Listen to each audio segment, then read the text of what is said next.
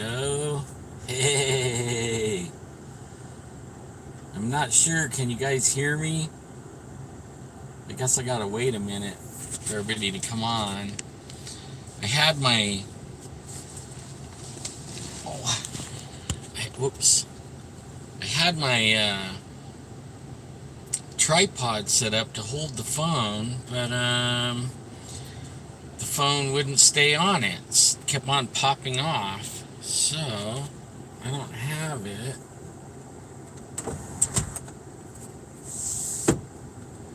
Hey Nate, how are you, buddy? How's it going? Yeah, I'm at the laundromat, kicking back, and I thought I would answer some of the questions that I'm getting about Bigfoot and fires.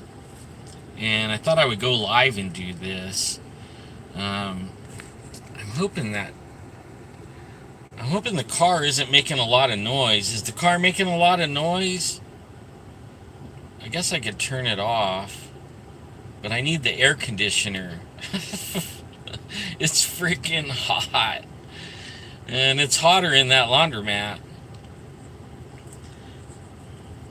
How about right now? Does it sound okay? You don't hear the rumble of the car? I kind of got it resting on the steering wheel. Cool. All right. So we're golden. Hi, Ed and James and Nathan. I see everybody's like getting in there. You guys see my new hat? Is that cool? Thank you, BZ, for the new hat. Yeah. Right on. Okay. Hi, Hummingbird. Hi, Jane.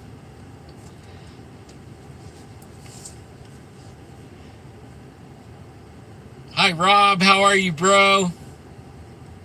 I'm gonna have to make Nate. I'll set you up with the wrench when I get home, and I'll. Yeah, isn't that cool? Bigfoots and UFOs, they go together, right? At least that's what they say. See it better like that? Yeah, so the big question: do the Bigfoot make it through a huge fire like the Creek Fire, over 200,000 acres? And I guess like a long time ago, when I first saw Bigfoot, and probably a good 15 years after that, I would think that the Bigfoot would be in a lot of trouble. And the reason I would think that is a long time ago in a galaxy far, far away, called Oregon. It's not really that far away. I mean, it's about a 10-hour drive. Yeah, it almost took out Toll House. It really did. It's a bad fire.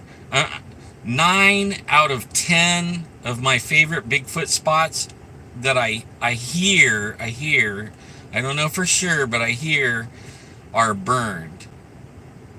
And maybe even the place where I saw Bigfoot the first time. And I'm not real too jazzed about that, you know? I know that the forest will come back because when I was a kid, some of this canyon or drainage, what they call the San Joaquin drainage, it's burned before. And is that better? That's better for me. At least I can see you guys. I hope you can see me. Maybe if I go back a little bit. There we go. Yeah, it's burned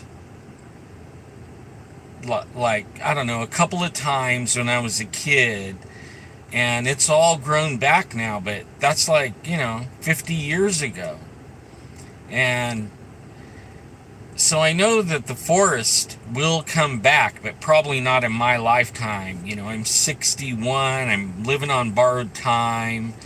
So I know that I'm not going to see it come back in my lifetime. Maybe my grandkids will, but I won't. But when I lived in Oregon, I lived there when Mount St. Helens blew up. And I lived in Ashland, Oregon. It was a beautiful little town, college town. Hi, Joe. How are you, bro? And Mount St. Helens blew up, and one of my neighbors was a hotshot firefighter in Oregon, and he got sent to the Mount St. Helens to look for people that had got caught in the blast. And when he got there, he was told to go to a certain place, and when he got there, he was stopped by the military, and he was probably 100 yards from where he was supposed to check in at. But they told him that he couldn't go there and check in yet, just hold right there, and they'll tell him when. That's annoying to me. They'll tell him when he can go over there. So he was looking over there, and they had a big helicopter, and there was a pile of what he thought were bear on top of a net. And the helicopter was just sitting there idling. The propeller was just whoop, whoop, whoop. And about that time, it started, I guess, revving up, to take off. Hi, Nuck, or Nuke. I won't be able to say that name. But it took off, and then it turned towards him and flew right over him. And he said the net was about 15 feet above his head. It was hanging pretty far below the helicopter. And as it went over, he could see hands and feet of huge proportions sticking through the nets. Hey, Adolf, what's up, man? So it went over, and he realized it was Bigfoot. Well, when he got back to the apartment, and we were sitting out there barbecuing and having a beer, and he started talking about that, I started making fun of him. Right away. I didn't believe in Bigfoot, and I made fun of him. And I now, all that just to say that a volcano and a fire is two different things. Okay, the volcano, it went off like so fast, and everything is so fast, really fast, like the speed of sound. Everything is flying down the mountain: water, mud, trees, rocks, ash, all at a superheated temperature that would kill you in an instant, and took out miles and miles of forest, took out quite a few Bigfoot and other animals and people.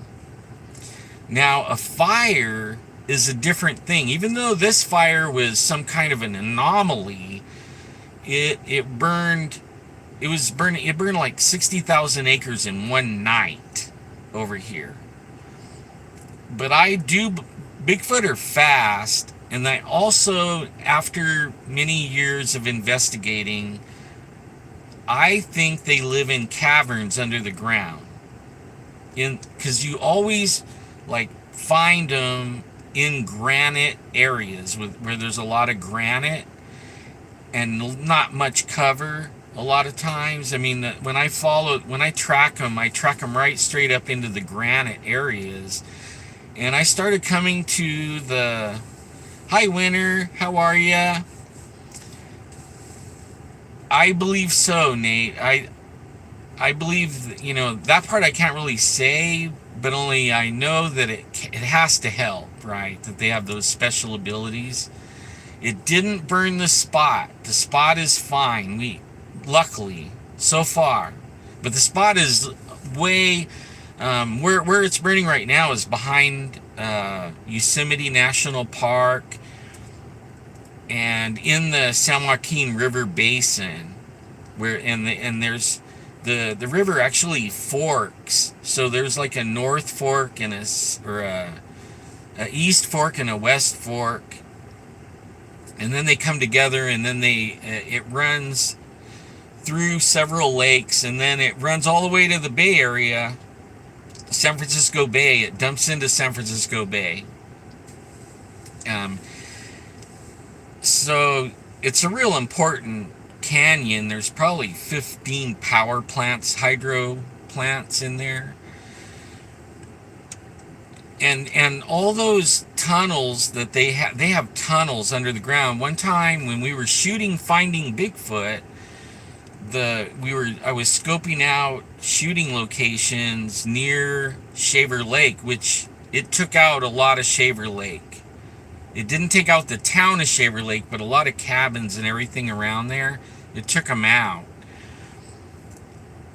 So all burned. But when Finding Bigfoot was here, I was scoping out shooting locations for the Finding Bigfoot and sending the pictures to them, and then letting them pick where they want to shoot at, the areas, and then I would go procure the permits for that area.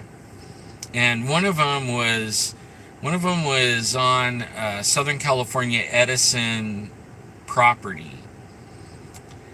And the Southern California Edison guys, they were great, and we went for a ride in their truck. And I went to their office and asked them if we could shoot in their area, and they said sure, let's go drive around and take pictures. Well, we drove down we went through a gate, and then we drove up to this garage door right in a big giant boulder. And they opened the garage door with like the Bat Cave, it had a garage door opener, and we went in there and we drove a couple of miles in the granite, and we came to another big giant garage door that had a regular door, and we got out and went in there, and there was some offices and stuff in there, and there was some turbines for making electricity. And all the water that went into there went through tunnels that they made. Hi, Cold Warrior. Yeah, man, I'm live. Can you believe it? I haven't really had time. 2020 has been the worst year so far for me that ever could happen. I've been able to get out with Jeff and go camping, or Bigfooting, and then do a couple of research trips with Adolf and around. But other than that, man, my health was bad. I've been getting shots in my eyeball, and having heart problems because of the smoke, and just one thing after the other. And if it isn't me, then it's my wife or my mom. It's ridiculous. And I haven't been getting out to do anything. And today I was at the laundromat, and I'm thinking, hey, I'm gonna go live at the laundromat. Try to get back to normal. Well, anyways, we have tunnels all over. There's caverns, natural caverns all over the place. I think they live underground. I believe they had time to get themselves down under the ground before these fires took them. Maybe, one or two that got caught in it, but I don't think so. I think they're able to outrun this thing. I don't think very many of them got caught in this fire. I think they're smarter than that, like we are. We would go the opposite direction and not get caught in the fires.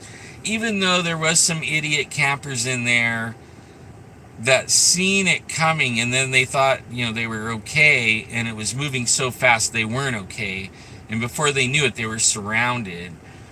And that is one of where they were at, was Mammoth Pool, and that's one of my favorite Bigfooting areas. In fact, one time I went up with Joe Walls, and we stopped at the overlook to Mammoth Pool, and we were sitting there, and we heard knocks, like rocks knocking together. So I picked up a couple of pieces of rock, and I started knocking them together, and then we figured there's 3 of them over there. The rock knocking started happening below us and behind us, and to the side of us, and it was pretty interesting. But a lot. I mean, I had so many reports around Mammoth Pool. I think that they like to go to Mammoth Pool because the sound, it was like being in a shower or a bathroom. For them, they could holler and they could hear their voice echoing off the canyon all up and down. And it's granite on both sides of the river. So when they yell down in there, man, it just echoes for miles. And you could hear it even, 7 or 8 miles away when they're doing that. It's pretty fun area. But I think they all pretty much got away. I don't think very many, or if any, got caught in the creek fire. It's still burning. It's like 18% contained. My son finally got to go home. He lives right up. It burned right up almost to his house on the ridge right above his house. Meadow Lakes and Pine Ridge. It burned that up pretty bad. It saved the casino where he works at.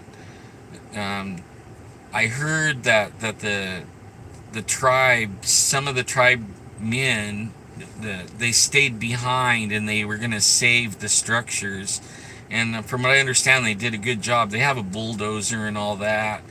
And from what I understand also, that the Cal Fire set up a base right in the parking lot of the casino, and they brought 6 dozers and all kinds of trucks, and so they made that their base camp. So that didn't burn, thank goodness. So he had a home to go to, and his place of employment didn't burn up. I forgot to turn off notifications. I'm a little rusty here. Sorry, guys. Yeah, so that's my take on it. I don't have a lot of time. I think 41 minutes or something like that. But I wanted to jump on and say hello to everybody, answer that question that a lot of people have been asking me about. What about the Bigfoot? What are they doing? Are they okay? Did they die? What do they do? Where do they go? Like, I don't live with them, so I don't know exactly. But I have a real strong gut feeling that they're still there. And I'm really looking forward to getting in the area back there and sending the drone up and just taking an aerial view of the damage of that fire. Yeah, he was working at the casino when I was working there, but he was a regular security guard. And once I was medically retired, a couple of years after that, they made him a sergeant, and now he's the director of security. So he's been there 20 years at that casino already.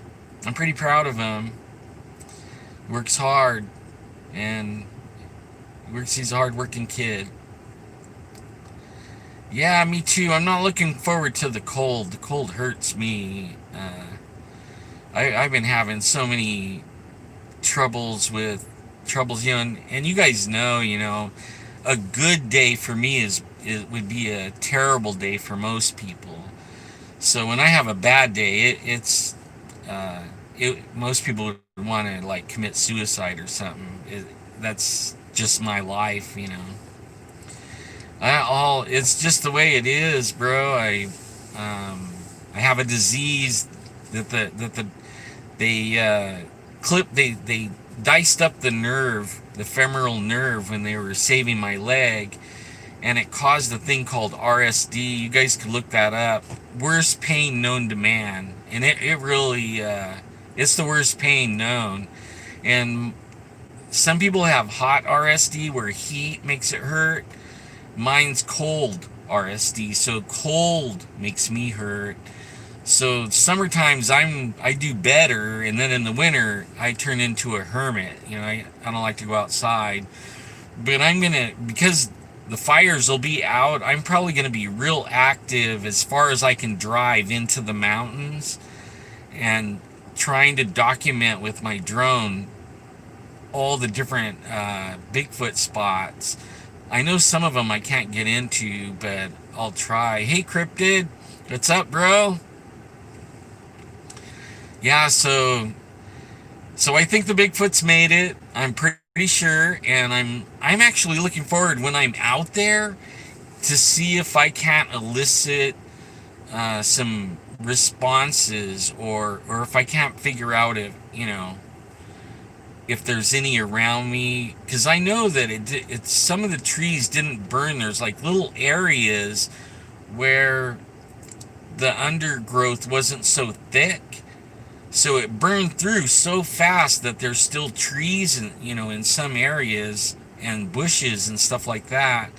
But in the real dense undergrowth areas with all the dead trees and stuff, I think it's pretty burnt pretty bad.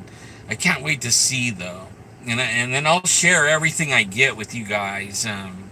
I'll I'll record it and edit it up and put it up on my YouTube site. If not this one, it'll be on Sky Squatching. You need some prayers, bro? I'll be praying for you. How's Jesus and his shoulder? Is he doing better? We had quite a bit of fun the other night, man. I got to tell you about that. I got about 10 more minutes for the laundry's done. But we went out the other night and we did a group Bigfoot investigation. We've been getting calls like crazy down in the Kings River basin, Kings River area, and actually out into the valley floor, out of the foothills, like right on the edge of the foothills, Avocado Lake and the Kings River, all the way into Reedley, Parlier, Orange Cove, Kyvie Valley, all in there. A lot of activity. People are losing small animals and stuff like that. So we thought we would go to the places that we get the most calls. And we went out there, and cool, that's good. I've been praying for him ever since I seen him holding his shoulder. Man, I know shoulder injuries hurt pretty bad. But we got out there, and the first place we went to, there wasn't much, but if you guys go back and watch that video, it's the FLIR, mostly FLIR. I started it off with the drone, but it was dark. Hey, Isaiah! Yeah, the creek fire. Dang it, man. That all got burned over there. I think, Courtright. I think that's all burned up over there. But yeah, so the first place we went to, we didn't have anything happen. But I want you to go back and look at the FLIR video. When they hike in, they're hiking into an orange grove. Okay? See, look how fast they disappear into the orange grove. That's why Bigfoot like orange groves, because they disappear. One tree line, that's it, they're gone. And these, I mean, a whole group of people disappeared into the orange grove, and then you can see them coming out the same way. They just pop out of this orange grove, like you don't see them coming or nothing. I mean, you can see their feet under the trees, under that first tree that they pop out from behind. But other than that, I did not see them. I was scanning the area with the FLIR, and with binoculars, I couldn't see them. I could hear them. I could see their flashlights and lights, lighting up everybody, and I knew about where they were because of their voices and the lights. Okay, so now the second place we went to, there's no orange grove, so they walked a long ways until they went down a little embankment, and then they disappeared on me. And I think I cut the video before they even went down the little embankment. But once they were down there, we were all looking in that direction, watching them take off, and then they disappeared, and we started talking a little bit. And now, if facing in the direction they went would be to my left, and they had to be at least 800 yards or 900 yards away, maybe 1,000 yards out by the time, in that amount of time. And then on the right of us, about, I would say, 75 yards, an explosive tree branch, and then it sounded like it just snapped, and then it was thrown on the ground. It didn't, you know how when a tree branch breaks, you hear it, hitting things as it's falling, and then it hits the ground and kind of like crunch, hits the ground. Well, this thing was like a loud snap, almost like a shotgun. And then it immediately, right after the snap, it hit the ground with force. I mean, like smack, like something threw it down. And, one guy had some night vision goggles like the military uses, and he had it on a military helmet and everything mounted. And he turned, 3 of us stayed back, or 4 of us stayed back from the hike. And the first time everyone went and I stayed back. The second time 4 of us stayed and the rest of them went. But he got his night vision goggles, and he lowered them down and turned them on, and he was looking in the direction of the tree break. And I was looking in the same direction with the FLIR. And we moved back and forth along the road trying to see if we could see anything. We didn't see anything. Now, because they were so far away and in the opposite direction, like my far left, and this happened right at my real close right, I didn't think they heard it. Maybe a little bit, but I would not think that they heard it very loud. But they heard it, and when they came back, that's all they could talk about. They said it was like a shotgun blast. It was loud. They heard it hit the ground, like it was thrown down, like immediately snapped and thrown down in all one movement. Just was like snap, boom, hit the ground.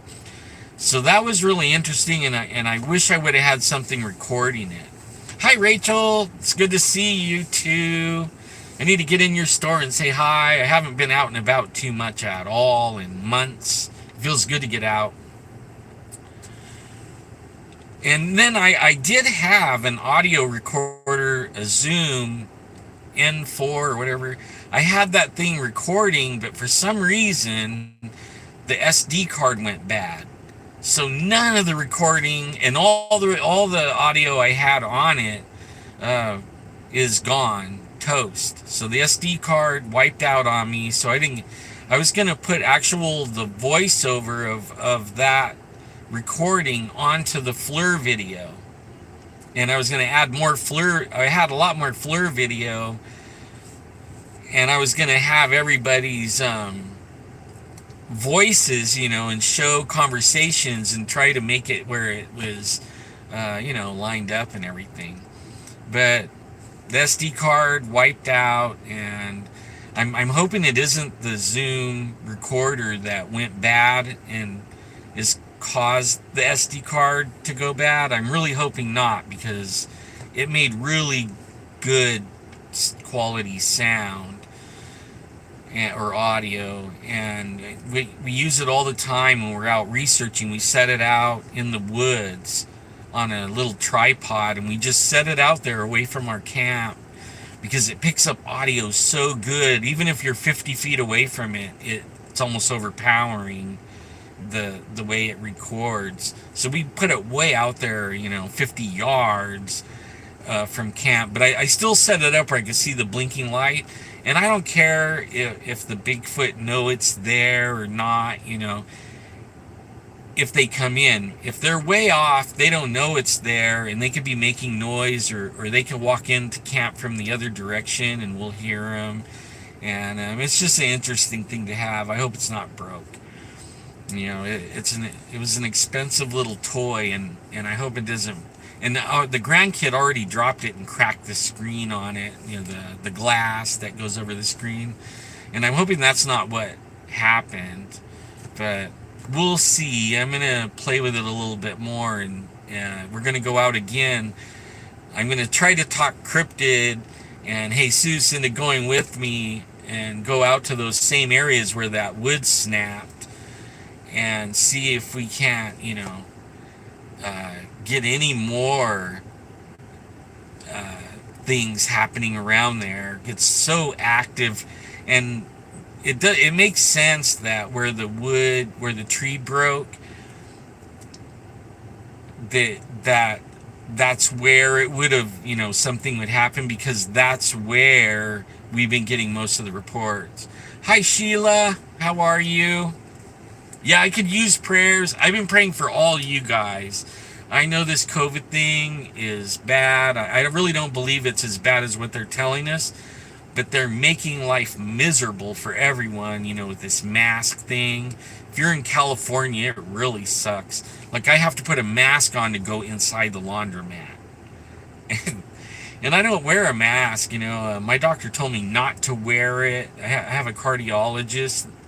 They had to do some testing so I could go to the dentist, and I can't get in the dentist because the cardiologist, because of COVID, I can't see the dentist. But the cardiologist cleared me to be knocked out so I could have surgery on the teeth that I have that are messed up. So I've been dealing with that, everything. I've been I don't really want to go on a video when you're all swelled up, and in pain. So I've been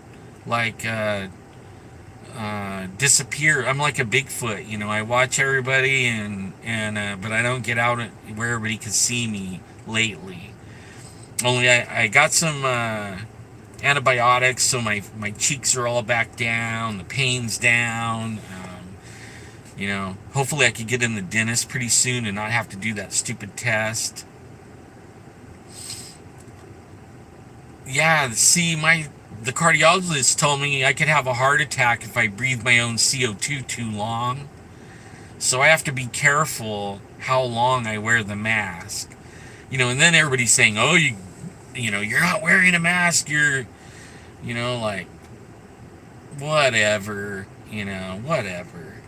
I'm at risk no matter what. I'm at risk for COVID, supposedly. I'm at risk for a heart attack if I wear the mask. I'm darned if you do and darned if you don't. So I'd rather go without the mask.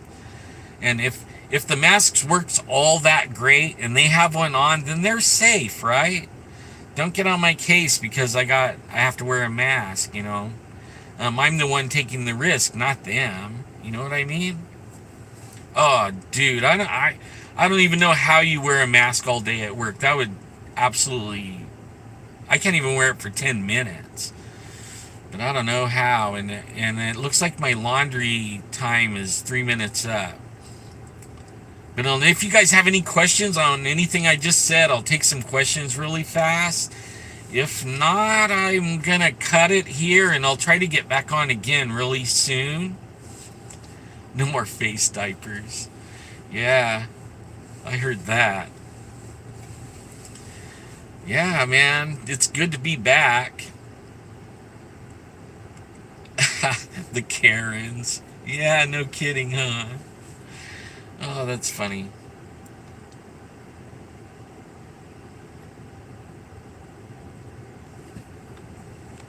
No kidding, huh? Good night, Cold Warrior, man. It's good seeing you guys. I miss you guys so bad. I'm going to try to fly the drone in the evening when we go out the next time to these areas and fly over, and I'll try to show where we were the other 2 nights with this last video I put up. Hey, William, good to see you, man. That's a good name, William. I'm really William Allen, but I go by Allen. But anyways, that's all I got. Bless you guys. I love you guys. I'm praying for all of you that you're all safe and sound and protected from all the supposedly really nice rioters, right? Yeah, that they don't burn anything in your town or anything like that. Yeah, I can't go in Walmart because of the no McDonald's thing. That was my hangout. But anyways, you guys have a really good one. I'm praying for you. Pray for me. I love all of you to death. We'll see you soon.